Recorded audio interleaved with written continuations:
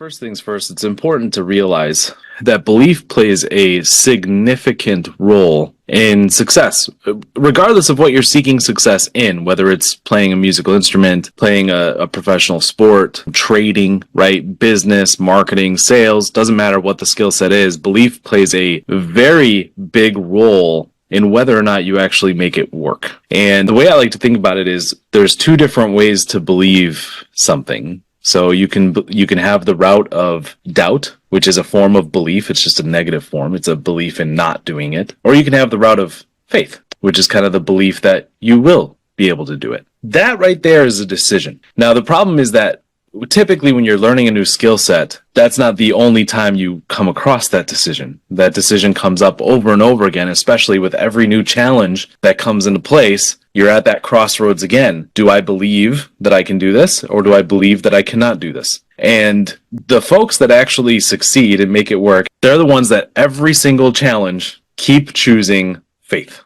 that they can do it. So what are the secrets? How do some of the most successful entrepreneurs find the freedom that we all got into business for in the first place? How did they find the time, energy, and resources to launch and scale strong?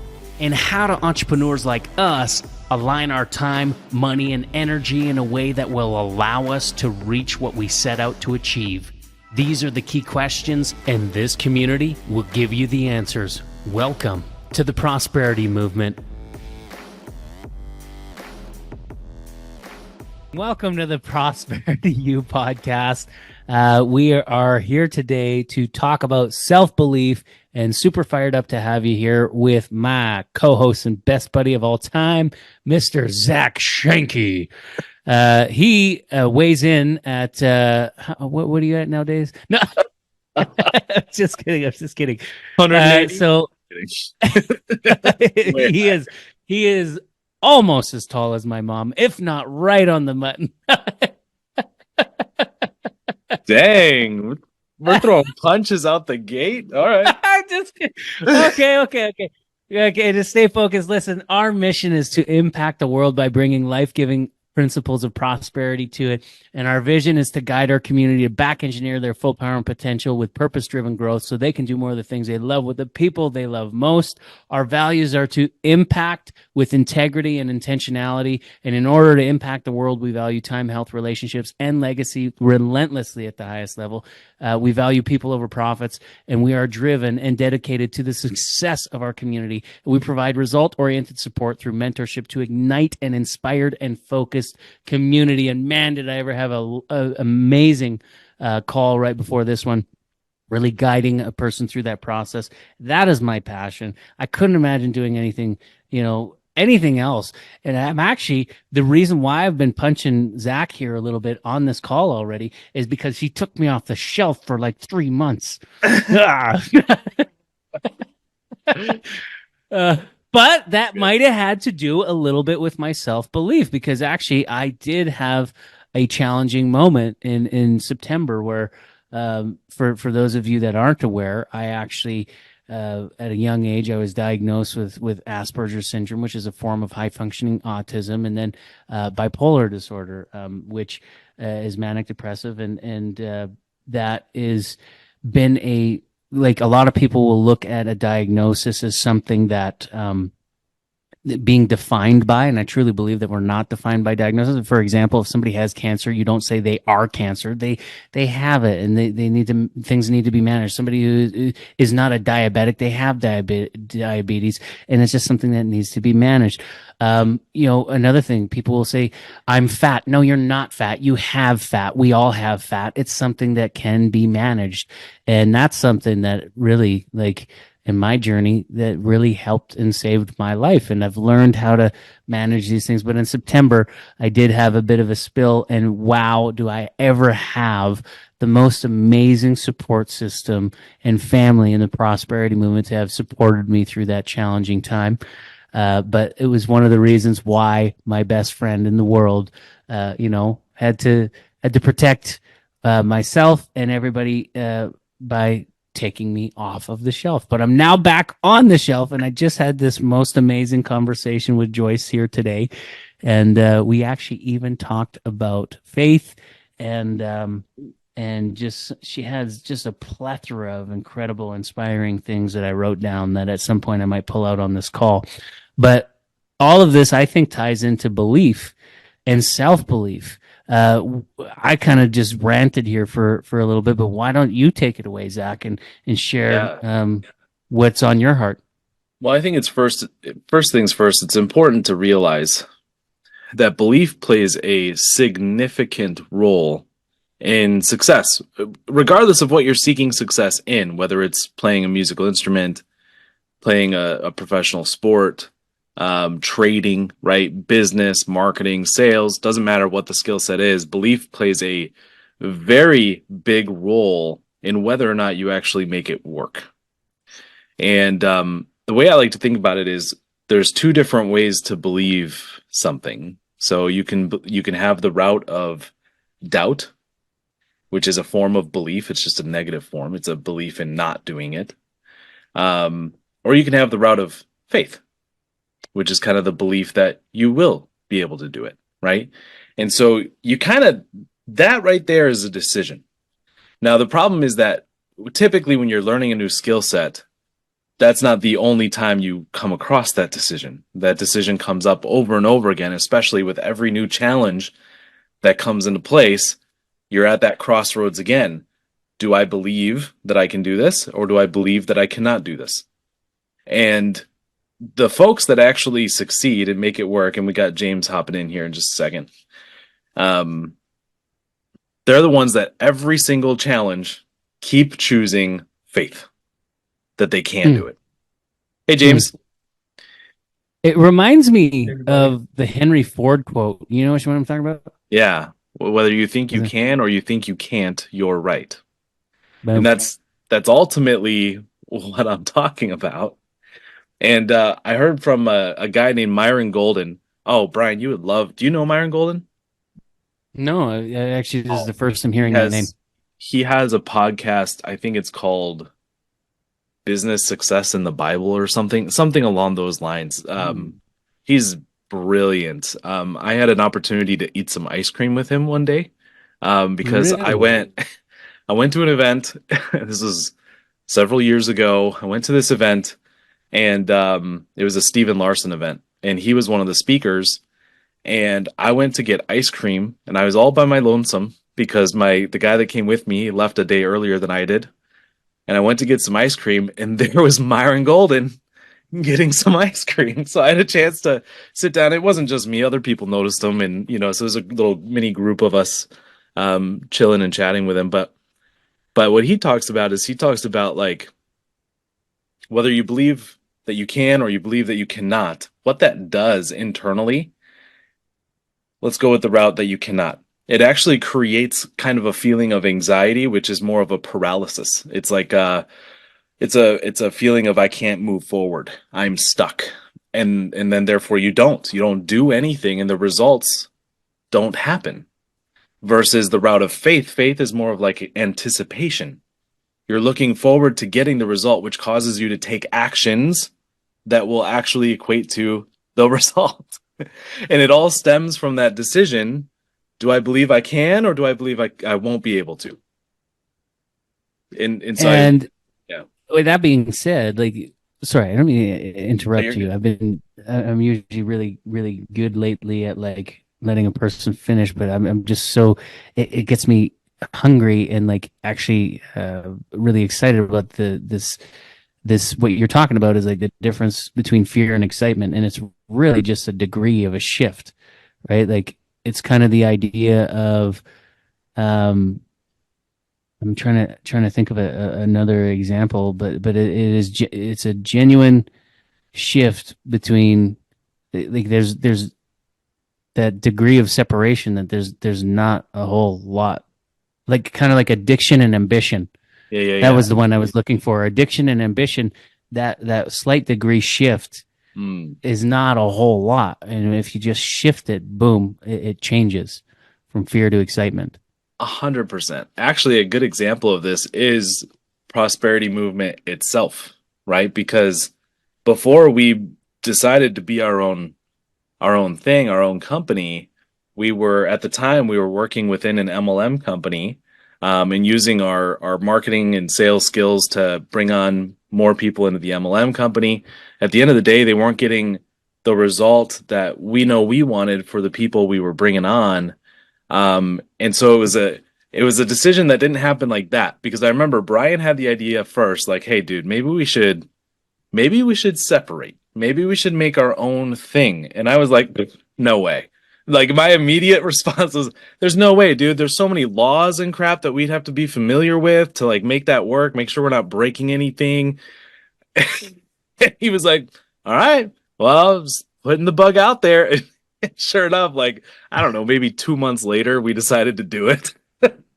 Well, and actually, Joyce, before we finished off our call, she had some questions for me on what we were doing before, and I shared my story. You know, like I was in the music industry at first. I did that for over a decade. Used to live in a van down by the river, singing for my supper, to working with good producers, top 20 artists, Canadian Idol judge, all of a sudden award-winning establishment, $1 million tour bus life. I did that for like 3 years, touring all over North America, bought my dream house, married my dream girl. A month into my first son being born, had to move across the country, moved in with my mother-in-law. That was humbling beyond humbling, because no man wants that.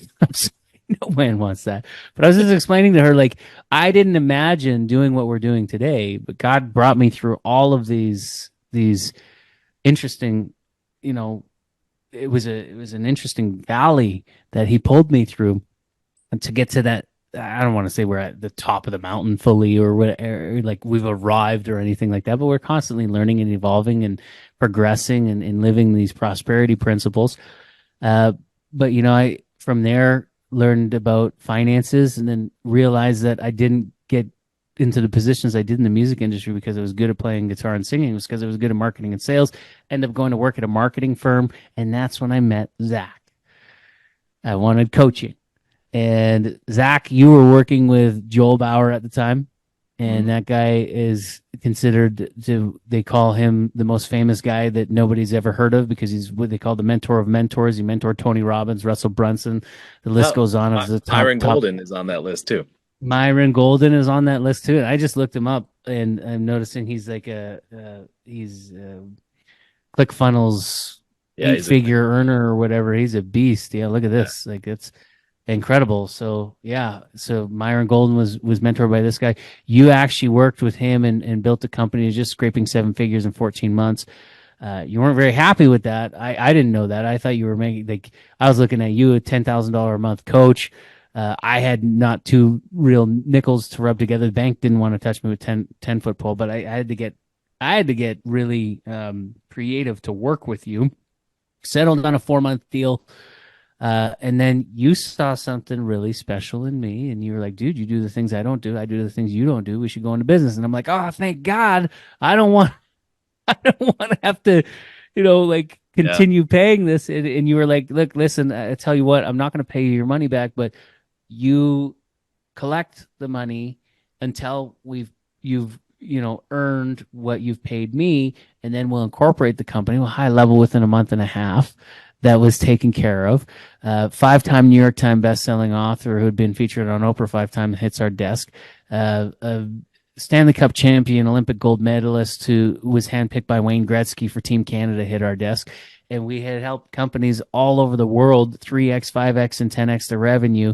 Did amazing things with that. You decided to sell your shares in your old company with Joel Bauer to come do this with me, and I'm sitting here like, you're crazy because you're making way more money over there. Like, what was the thing? Like, if we're tying this into the belief message today, what was the thing that made you make those decisions? Well, so I think it's important to note. So I grew up in like not a middle class income family, much lower. I wouldn't say like the bottom of poverty, but probably closer to the top of poverty, bottom of middle class, somewhere in that range. Parents always arguing over money, they're having to get loans like all the time just to fix a car, those kinds of things. And so the relationship that I had with money was more or less money is number one. So we talk about the 4 pillars of prosperity. Mine were jacked up. Okay, where money was kind of controlling everything for me. So all my decisions up until I met Bryan had to do with, well, how can I make more money? That was literally my only, it was a pretty one track mindset. I was not the best person either, just generally speaking. I had some work to do, personal work to do, but what caught my eye about Bryan was that he very much treated money differently. Um, for him, he knew money was a byproduct of the way you live your life, right? It's a byproduct of how do you prioritize your time, your health, and your relationships. Money will be there. It will be taken care of one way or the other. Um, and so for me, that was like eye opening because at the time, my time, health, and relationships were in the toilet. they were they were awful, and so that's when I realized I don't care about the money anymore. I'm like, I will downsize. I will cut my losses, so to speak. I will, like whatever I need to do, but I need to reset. I need to get my health back. I need to get my time back. I need to get my relationships back. And so that's what Bryan kind of brought to light for me and encourage. Well, he told me not to do what I did, but I prayed about it and I'm like, no, I need to stop everything that I'm doing and I need to reset hard right now. It's a shift that we're talking about where people's values are in money, or money supports your values. Right. Are your values in money, or does money support your values? And when you can move and shift to my values are in money to my money supports my values, now making money is not hard because you somehow are becoming more impactful with your time and in the ways that you're making money. And I don't know about you, but money becomes easier and easier and easier to make and accumulate now that I'm very clear on my values and Yeah. how I'm living my life. And like that that that is a shift. And that it's interesting that you say, like, because I don't know, when I look at Zach and anybody who knows Zach and spends enough time with Zach, he is one of the kindest, helpful, just generous people that you've come across. I have had my own growth in the years, and I would say I was a very bombastic individual, and I'm very energetic, but like I now am becoming, like, Zach inspires me, and I would say even Travis inspires me, and this community inspires me to kind of hone in on those fruits of the spirit, like it's outlined in Galatians 5:22 to 26. If y'all want to flip to that page and check that out. But like, I'm very inspired, and these people inspire me to constantly be honing in on that. That's again a values thing. And when you're now not only encompassing that as an individual, but it now becomes a part of your expectations, and now also becomes a part of your boundary system and your belief system. We're now tying this into your beliefs. Now you're attracting people that subscribe to that and have the same. So now efficiency and effectiveness and impact becomes natural, Mm. right? Yeah. That's the fun thing.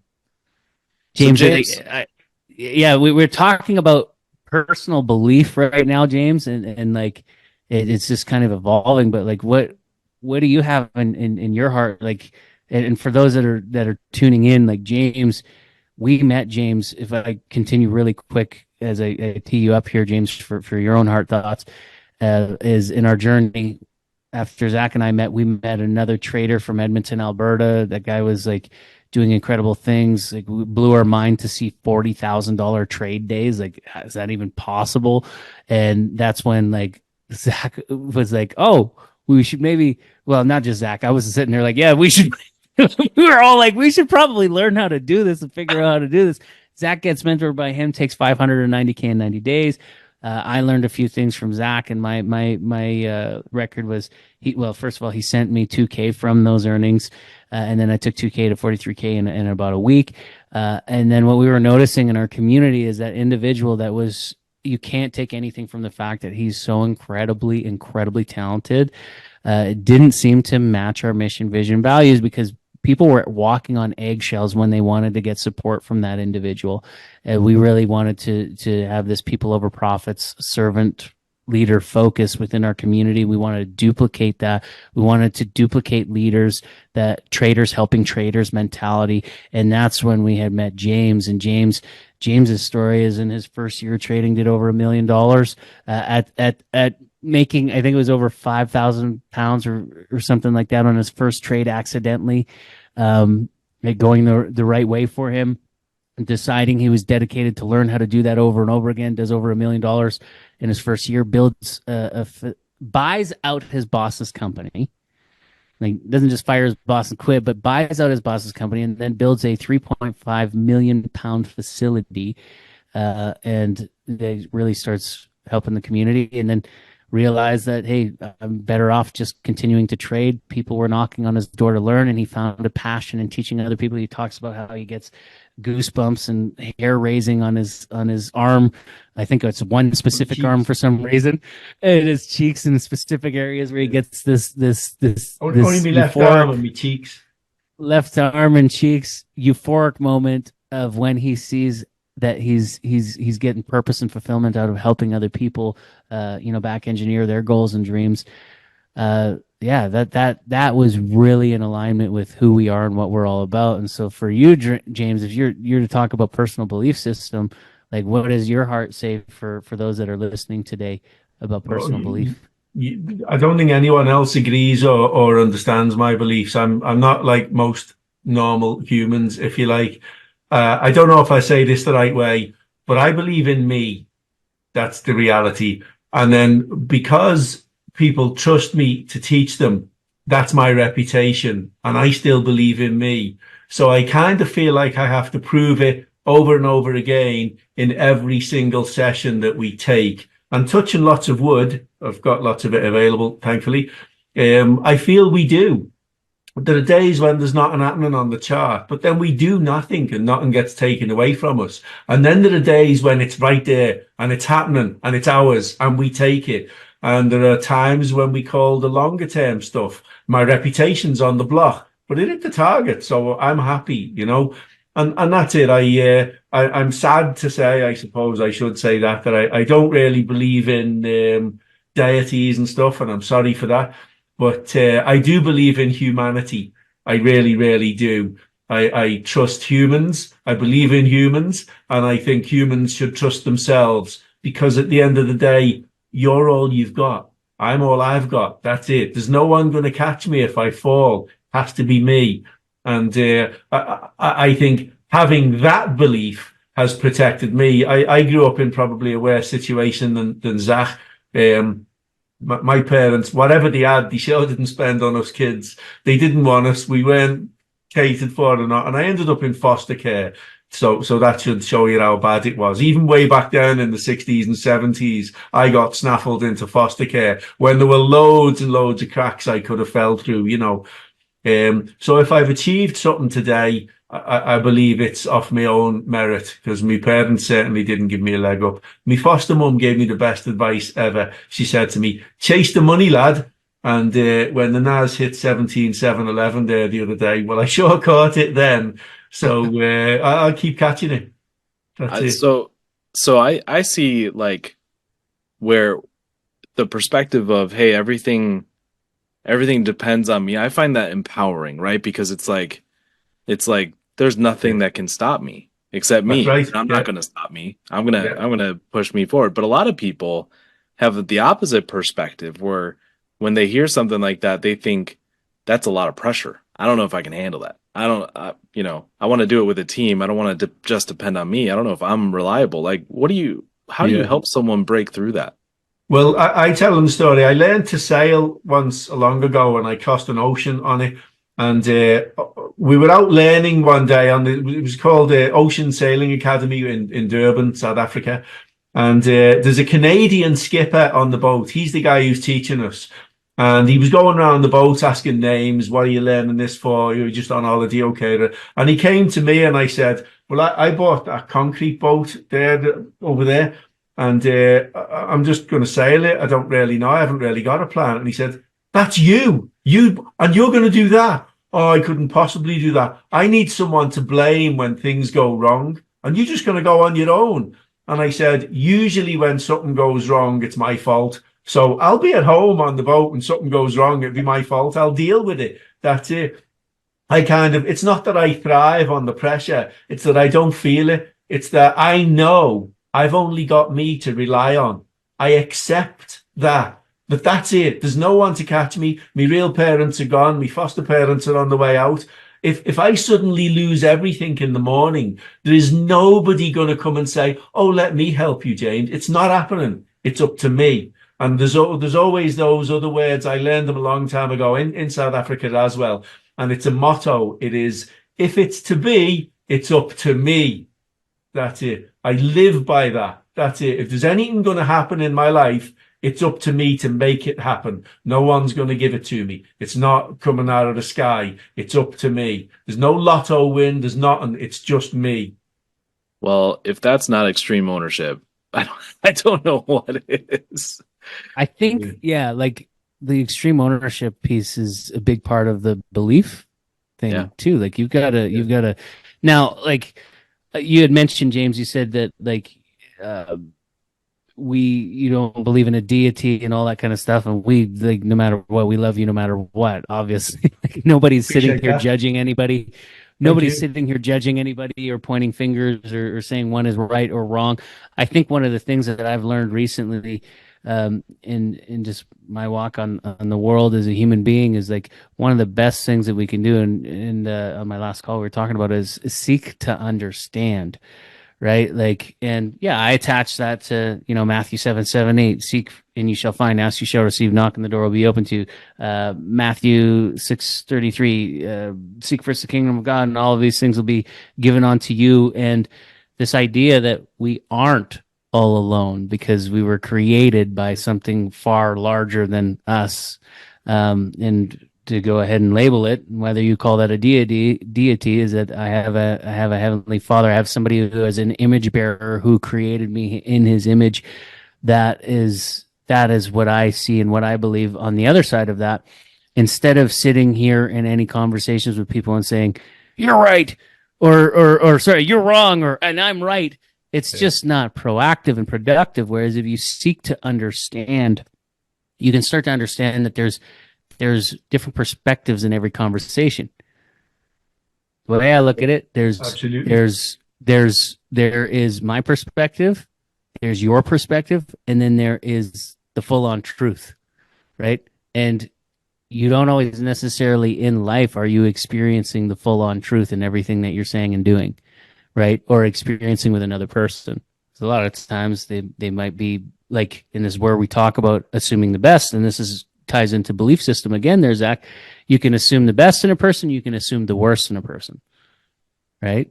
Yeah. In decisions or anything like that. What are you sitting there thinking of? It's like worry as well, right? So like typically 99% of the stuff we worry about is things that have not happened that are potential things in the future, right? So if you're worried about some big expense next month or something, it's somebody's birthday or it's an anniversary, you don't know what you're going to do or what your plans are or something like that. It hasn't happened. Like literally what you're worrying about has not happened. So you get to choose today. Do you want to believe that something bad is going to happen next month? Or do you want to instead, since you're making it up anyways, you might as well make it something positive, right? All of a sudden it'll relieve you so much of the moment of the now.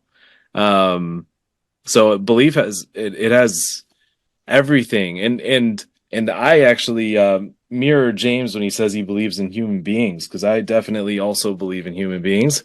I find that's probably something that I've learned over the years, a big difference between the old me and the new me, so to speak, which that transformation was back in 2017, I believe, where I really made some shifts, some personal value shifts. And one of those things was I learned that the people that I would normally kind of look down on because maybe they weren't as talented as I was in a certain field, or I felt I was smarter than them, or whatever the case was, whatever the reason I was judging them, I started figuring out that I was learning from them so many things if I was just open to listening. And so I definitely value kind of what other people what other people bring to the table. Their experiences bring a whole separate set of perspectives and wisdom that I might be able to learn from, and all I have to do is listen, right? Well, and again, like if somebody's being put in your life, I believe that James got put in our life for a very spectacular reason. Absolutely. I believe that James came into our lives for a purpose, and that it was a greater purpose than I could ever think of. Like, that wasn't my doing. My doing was showing up and making the decision. I'm blessed with the decision every day to act upon the promptings or the things that I saw in terms of opportunity and all that kind of stuff. Yeah. And I think I did a good job, because now here we are together. And I also Right. believe that we're all together for a divine purpose and a divine reason, for something greater than us. And, we talk about legacy. We talk about a lot of different things. And yeah, ultimately, I believe that we are leaving a lasting impression by doing so, that will exceed our lifetime by making these decisions. And Like I Stephen also Covey talks. Go ahead. Go ahead. Stephen Covey, talks about beginning with the end in mind, and in his book Seven Habits of Highly Effective People, drawing out your intentionality from your deathbed. Like, what do you want people to think and feel and sense, after you're gone, and what is the lasting impression after you're gone that you want to see occur? Like, can you think up? I even go further. Like, 50 years after I'm gone, is there some sort of impact that I could have left behind that is going to be something tangible? Or 100 years, like, what could we do? Like, and then you start seeing what we call legacy companies, where companies live on after the person is gone. And principles and ideas that those people gathered, they move on through that. And that's what I see, and that's what I want to that's what I want to be a part of. Something I read some time ago. It said, if you don't come from a good family, make a good family. If you don't have good neighbors, be a good neighbor. And I've tried to live by that as well. Got a nice and funny story for you from it, actually. You know the way, I don't know if you've heard of Jehovah's Witnesses. Don't know if you have them there. Oh, yeah, sure. Yeah.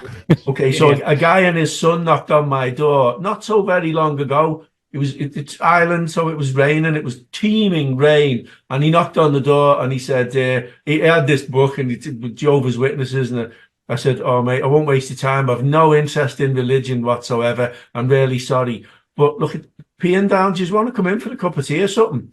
And he looked at me and he said, "No, thank you. We've got lots more doors to knock on." I said, "Are you sure? Like, it's freezing and raining." And I looked at his son and he said, "No, we better go." And he took like 3 steps away. And then he turned around, he looked at me, he said, "But that's the nicest offer I've had. And considering this is a Catholic community and you've no interest in religion, I'm surprised, but thank you very much." And then he carried on his way. But I mean, I would have, honest to God, it was a genuine offer. I would have made him a cup of tea and give him a plate of biscuits or something, it was rotten weather. And there he is banging on doors. Like, I just felt sorry for him. But that's being a good neighbor, isn't it? And and that's all I want to be. It is, and it's interesting you say that. Like, I'm not interested in religion either. Legalism is something that I'm looking to rid myself of.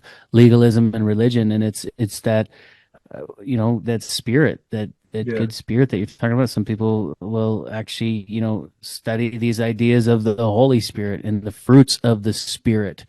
It's like, again, that idea that I can go to college or university and I can read a book. And you can have all this knowledge of it, but if you're not like applying it, like if somebody goes to school to become an engineer and they're not, they end up working at a grocery store after they get their diploma. Like, some of us know some of the stories that I share with that kind of stuff. Yeah. It's like, when does something come off of a page and start manifesting itself in and through you, where like, what you're talking about there, James, is kingdom principles. Like, you are exuding kingdom principles. And I mean, again, whether or not you want to seek or read these ideals and all that kind of stuff, the important part is that you are being the change. Yeah. And like, because you got to be able to look yourself in the mirror in the morning, haven't you? Yeah. Yeah. And I want to be like as close as I possibly can. And I think it's impossible to like that Jesus Jesus is the prime example. Some would say Gandhi, and some would say a whole bunch of these others. But there's reasons for me that I study and see that make me feel very drawn and hungry to be that. And what you're talking about exudes that. And it's like this word love, being love, like you were being loving in that moment. You exuded that fruit of the spirit of love and kindness and generosity. Like those are all fruits of the spirit. The Yeah. other side of it is all the things we don't want to have anything to do with, which is greed, gluttony, anger, resentment. Like all of that stuff is the other side of the equation that we're looking to stray away from as best as we can, right? Yeah. So when we, For sure. if we bring it back to like, so when it comes to, do you believe you can do something or do you believe you cannot do something? If you're in the side of doubt and you're like, I don't know if I can do this. I would say the number one piece of advice, and I'll continue an example here in a minute, but the number one piece of advice that I would give from my own experience is seek clarity. So if we look back to the example where Bryan suggested we branch off from this other company, make our own company, and I was like, heck no, there's too much to do with the laws and stuff, which is an intimidating factor of running a teaching, trading education company. Okay. What I did is I sought clarity. How many laws are there? Are they that complicated? Is this a simple Google search or is this a more complicated Google search? And I started Googling and I started getting on the FTC site, the SEC site. I started looking into all the different laws that we might have to be familiar with so that we're crossing our T's and dotting our I's. And turns out there's not a ton. I mean, there's a fair amount, but it wasn't too bad. And it was in English where I could understand it. And so all of a sudden, this route of doubt that was originally in my head, I gained clarity and it quickly switched to the side of faith. Oh my gosh, I think we could do this. Yeah. Right. And that's, you were thinking you were going to have to be dealing with a Bible-sized worth of information, right, that like I would need to know all of that in order to do this. And it just so happened, oh, well, these are the avenues of the things that we're looking to teach. And again, like a lot of the conversations that we have is like the uphill conversation of binary. And even James says, I don't like binary, and everybody's going to have their focuses and their ideals surrounding that. But based on our experience and what we learned from our first guy, and then all of the laws surrounding that, and what we saw with that's where we got binary trading exposed, and it's a great option for those, especially that are working 9 to 5 jobs and can't jump on a lot of the calls that we have throughout the week. There are ways around those kinds of things, and obviously lots of different options that. But yeah, go ahead. Well, I mean, a great example is Guy. Guy's on listening in on the podcast here. Guy said, you know what? I want to learn this as much as possible. James trades on Tuesdays, Wednesdays, and Thursdays. So if I could figure out a way to not have to work Tuesdays, Wednesdays, and Thursdays, I will. He went ahead. He actually took if I am not mistaken, Guy, and please correct me in the comments if I am, but he went ahead and took a bit of a pay cut to make that schedule possible, but he did make it possible. So now he has off, or at least off the right time of the day to be able to trade Tuesday, Wednesday, and Thursday with James. Like that is seeking a solution to a challenge, right? Thanks, Guy.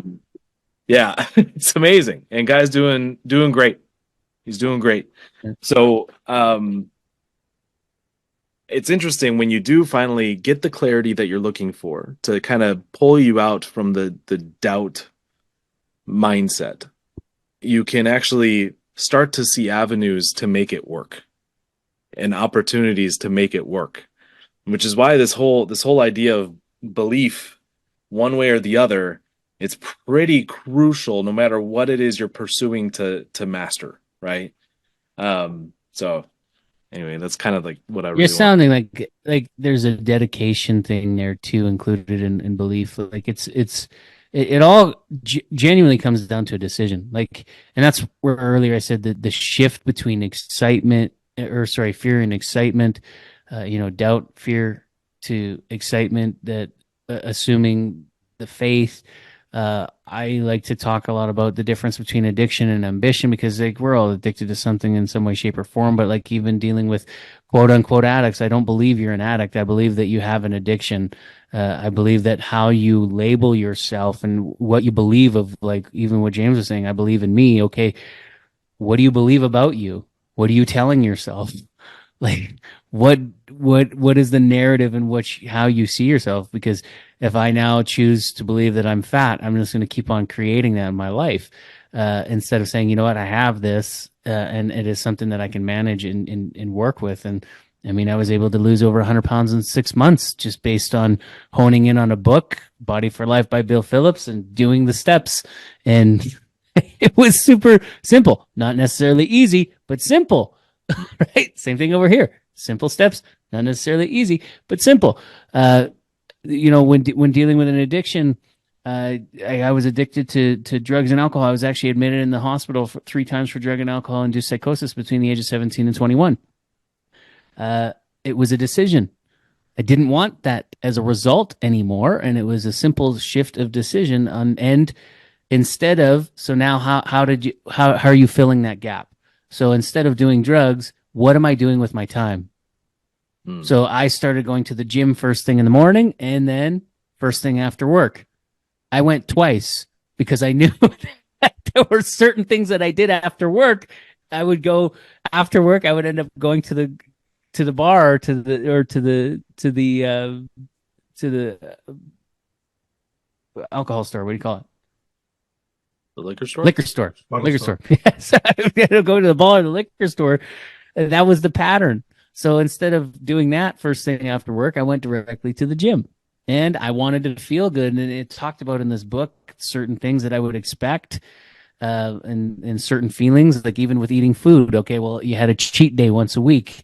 At first, he said, just eat whatever you want on that day, however much you want, because you'll start to feel the difference. And then when you start to feel the difference, you'll start to realize that you don't want to do that anymore. So then it moved from a cheat day to a treat meal, right? Like I'm going to have what I want there, and then like kind of, keep myself within the boundaries over here.